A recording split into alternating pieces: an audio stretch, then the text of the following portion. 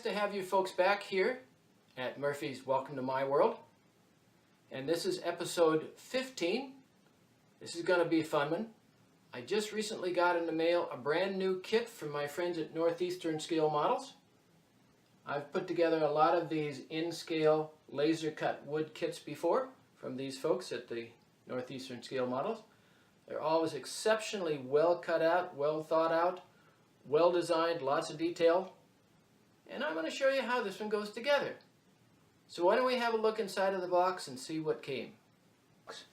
First off, let's look at the directions. I find that folks at the Northeastern Scale Models always have exceptionally good directions. My kind anyway, lots of pictures, not too many words.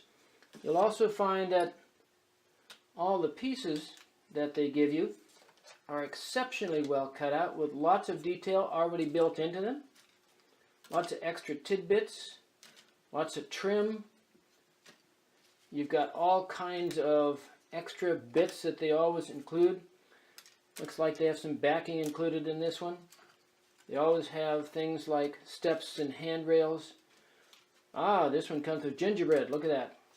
And their doors and windows are always so wonderfully cut out. And of course we have some subroofing that goes on there.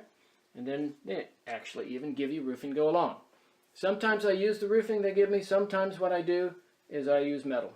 Kind of depends on the kit. Boy, this is going to be a fun one. Let's see how it goes together. The first thing I always do with any new kit is I take all the parts out.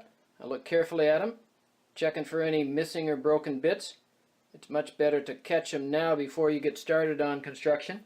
It doesn't happen very often, but it does once in a while. So take the time and make sure to check all your pieces before you start construction. I want to introduce you to another really good tool.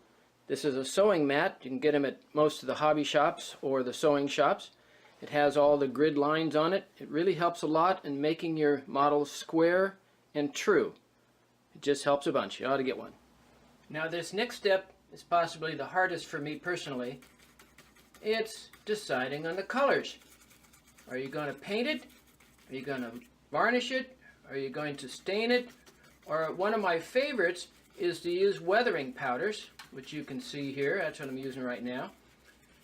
It's really nice because when you use any kind of a liquid like paint or stains, you're always running the risk of getting warping of your individual parts. And this stuff goes on dry, but I do want to caution you that this stuff can and will get everywhere if you're not careful. Kind of sounds like the voice of experience, doesn't it? Now see how dark this particular piece of wood is? What I try to do with these dry weathering powders, if you have a darker piece of wood like this, you want to use a darker color. If you have a lighter colored piece of wood like this, you'd want to use lighter color on your dry powders. So take your time, be careful. These parts are very fragile, and of course you don't want to break them. Take your time also and make sure that you get a nice consistent color on all the bit of the parts. Well, darn, I made a little mistake. Believe it or not, it's not the first, it's not the last. When you do this coloring, make sure that you get the correct side colored. As you can see, I colored the back, which isn't going to hurt anything. I'm just really glad that I picked up on it. See all that really nice fine detail? I'm just really glad that I picked up on it before I started putting it all together, and then I'd have to do it again. So I'm going to put a little color on here. Another interesting challenge to these kits is trying to figure out which part's going to go to what when they're all individual little pieces. That's important because you have to understand what color to make them. They're always easier to color when they're not individually loose. See how I'm coloring the parts while they're still in the backing. Always makes it better. And here you see all the pieces and the parts all colored up. I actually like the color combination. I think it came out really nice. The next step is to put all the window parts together. I like to assemble all of the windows and doors before I start building the box of the actual building itself. I find it's much easier to do it that way.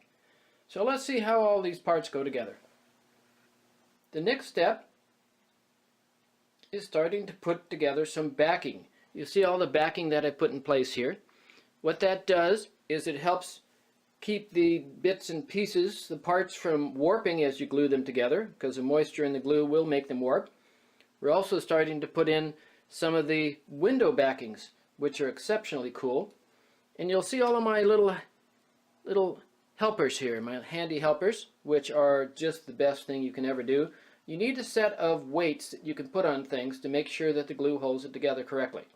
So on to the next step. Well, as you can see, I've been busy. I've been making all the subsections. I have all the backing in place, the doors and windows together, the glass in place, everything's cut out. Now all I have to do is put all the bits together and make it into a church. Oh, good heavens, I almost forgot to tell you about the cool stained glass that comes with this kit. These guys have thought about everything for this church. Here you can see the first of the parts going together, starting to build the actual body of the church. I think this might be a good time to talk about adhesives. For these laser cut wood kits, I always like to use plain old household white glue. In this case, I'm using the Elmer's white glue. And I mentioned all of my handy little helpers. You'll see I have a bunch of them involved with holding this together right now. You want to make sure that as you're starting the construction, that everything is good and true and square, because if it's not, nothing else is going to fit. So take your time, make sure everything fits together before you start using glue, and then have patience for the glue to set up before you move to the next part. At this stage, we're putting together what I think are called alcoves, side areas where people come and go. This is where you really start to get an idea whether or not you got the original box square and true. If not, well, things just won't fit together as well as you'd like. Let me catch you up on the progress of the church. I've been doing a lot of stuff. I've put in a number of new pieces. You'll see that I painted the base a nice concrete color. I added the steps and the railings. And you'll see the additional pieces that I've put in here. I like the concrete base. It makes it look real different. It's almost starting to look like a church, isn't it? As you can see here, we're moving along nicely. I've got all the out areas put on. I've also started the subroofing, and you'll see that it fits quite nicely. I've found that actually only one of the pieces that I have to trim a little bit. And as I've always talked about, be light with the glue. You don't want any big globs sticking out. We're almost done with our church here. As you can see, I've started putting the roofing on.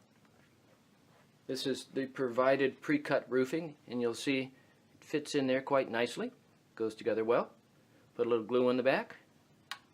Now I thought about putting metal roofing on it, and I might even end up putting the metal on after I get done with this, but I wanted to see what it looked like with the provided pre-cut roofing. Here you can see the finished model. I put the last of the tidbits on it. Put the cross on, I put the gingerbread on. You can see that the different angles of the building look really, really nice. I gotta say that this came out to be one of the best kits I've ever put together. What do you think? Do you like it? Well, what I'm going to do next, of course, is I'm going to put it on a scene so we see what it really looks like.